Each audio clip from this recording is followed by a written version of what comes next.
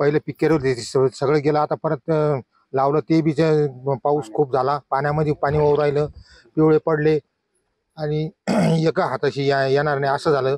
आता शेतकऱ्यांना काय करायचं आता? हा, मका गेली, कांदे गेले, भाव नाही त्या पहिल्या कांद्याला सोडून गेले. हा, पूर्ण वाफ्यामध्ये पाणी पाणी वाहू राहिलं. हा, पिवळे पडले एकदम, रोप गेले. 6 महिन्यापासून पाऊस चालू आहे. कांदे पूर्ण पाण्यात आहे, मकाई पाण्यात आहे. कोणतेच पीक असे आम्हाला आमच्या हातात आज येऊ शकत नाही असं आम्हाला आजच वाटतंय. मुलांचे शिक्षण आम्ही कोणत्या पद्धतीने केले पाहिजे. आणि रोपही पूर्ण गेले, कांदेही पूर्ण गेले. रोपांना औषधं मारूनही ते रोप राहिले नाही. कांदे पूर्ण पिवळे झालेत, पूर्ण सडलेत कांदे, पूर्ण पाण्यात आहे कांदे. काय केलं पाहिजे आम्ही शेतकऱ्यांनी? भाव पण नाही. पहिले कांदे साठवून ठेवले ते उन्हाळ कांद्यांना पण भाव नाही.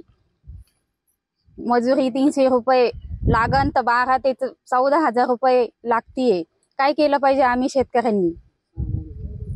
6 महिन्यापासून सारखा सतत पाऊस आहे.